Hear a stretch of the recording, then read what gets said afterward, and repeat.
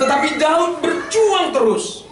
Itu sebabnya Bapak Ibu Saudara, dalam ayat yang ke-18 ini, pasal yang ke-18 dikatakan seperti ini. Untuk pemimpin biduan, yang pertama dari hamba Tuhan, yakni Daud, yang menyampaikan perkataan nyanyian ini kepada Tuhan pada waktu Tuhan telah melepaskan dia dari cengkraman semua musuhnya dan dari tangan Saul. Mazmur 18 ini dituliskan oleh Daud. Dia sudah duduk di istana. Tapi yang lebih saya suka ada lihat seperti ini. Untuk pemimpin biduan dari hamba Tuhan. Bapak Ibu Saudara, ternyata Daud sangat senang menyebut dirinya sebagai hamba Tuhan. Dia ini raja, Bapak Ibu Saudara. Tapi dia berkata untuk pemimpin biduan dari hamba Tuhan. Hamba Tuhan.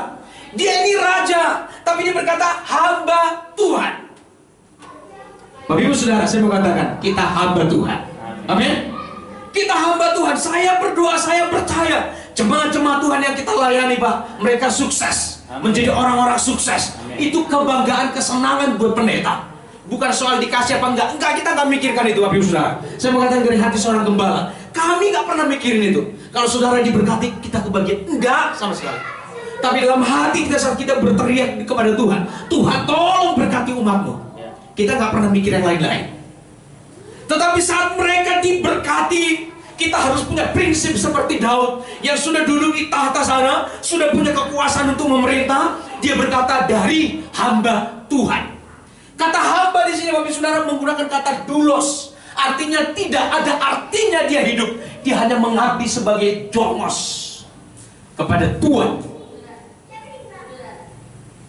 Saat Daud menjadi raja, dia tetap sadar benar, dia ini adalah pelayan Tuhan. Saat jemaat Tuhan menjadi orang yang diberkati Tuhan, ingatlah, katakanlah, aku hamba Tuhan. Amin. Orang yang seperti ini Tuhan lihat hatinya. Bapak Ibu Saudara, kalau kita mau berbicara masalah hati, hatinya Daud ini benar-benar kadang-kadang kalau kita melihat tulisan-tulisannya di dalam kita masuk hancur di hadapan Tuhan. Soal kesempurnaan, jangan bicara sempurna dulu kepada Daud, karena dia jauh daripada sempurna. Jauh banget dari sempurna. Dia kurang ajar sebenarnya. Tapi saat giliran berurusan dengan Tuhan, dia hormatnya minta ampun. Terbukti saat seorang nabi biasa bernama Nabi Nathan menegur dia. Dia respeknya tinggi. Dia hormat, dia tahu dia hamba Tuhan. Kalau sampai seorang nabi menyampaikan sesuatu kepadanya, dia harus berkata G, bukan datang sebagai raja. Maka saat Nathan datang menegur dia, Nathan berkata, ada seseorang punya sesuatu ini kira-kira dalam bahasa biasanya. Tapi dia masih Daud dengerin, itu kurang ajar itu. Mana biar saya sembelih kira-kira gitu ya. Saya potong lidahnya. Orang Batak gitu kan. Padahal enggak gitu ya. Saya potong waduh. Dia panas dia. Ada yang model seperti ini. Lalu Nathan berkata, yang mulia, engkaulah orangnya. Tapi dia berkata, dia menyadari dia hamba Tuhan. Maka dia mengambil debu, dia taruh di kepala. Sesungguhnya saya tidak pernah lebih mulia daripada debu ini. Artinya Bapak Ibu Saudara, saat pun kita masuk dalam level secara sosial, level yang tinggi, kita tetap berkata sesungguhnya aku adalah hamba Tuhan. Amin. Saudara hamba Tuhan. Amin. Namanya hamba Tuhan. Tahu kan hamba kan? Budak. Suka-sukanya Tuhan sama kita. Tapi saya mau katakan, Tuhan tidak akan pernah membiarkan kita hancur. Amin. Kita hamba Tuhan, hamba yang taat kepada Tuhan. Saya yakin Tuhan membela kita. Amin. Mungkin di luar sana orang berusaha untuk mengganggu apa yang kita buat yang baik. Tapi saya mau katakan Tuhan tetap akan membela hambanya. Tuhan akan bela saudara. Yang pasti kemanapun saudara pergi, engkau berkata, aku hamba Tuhan. Kalimat aku hamba Tuhan, Bapak Ibu Saudara, juga bisa hal yang berikutnya. Bisa menyadari bahwa segala sesuatu yang dia alami itu adalah untuk menyukakan tuannya, majikannya. Apa yang dia alami?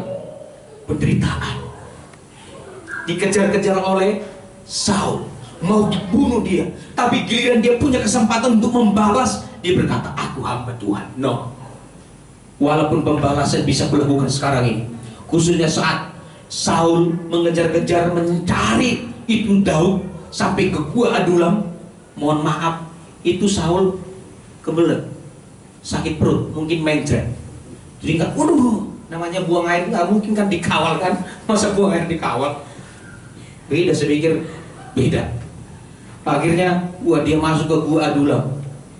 Ternyata di situ ada Daud. Sempatan, nggak ada pengawal, bisa dilenyapkan. Tapi apa yang terjadi? No. Si Daud mengambil ujung jumbai Daud Saul tanpa sepengetahuan Saul dipotong. Artinya apa? Kalau saya ingin melenyapkan kamu, begitu mudahnya. Sebab ujung jumbamu aja saya potong, kamu gak tahu. Tapi karena aku tahu Tuhan. Bapak ibu saudaraku, menjadi hamba Tuhan artinya kita tahu apa yang kita alami adalah untuk membuat Tuhan kita senang. Amin. Jadi Bapak ibu saudara, kalau ada sakit, ingatlah, lewat sakit penyakit itu Tuhan kita harus senang. Amin. Bisa. Kalau Bapak ibu saudara punya pergumulan yang berat, ingatlah, lewat pergumulan ini aku akan terus melangkah maju. Aku tidak akan pernah curiga terhadap Tuhan, karena Tuhan tidak pantas untuk dicurigai. Dia berpikir aku akan tetap setia kepada Tuhan. Sama halnya seperti Ayub, Bapak ibu saudara.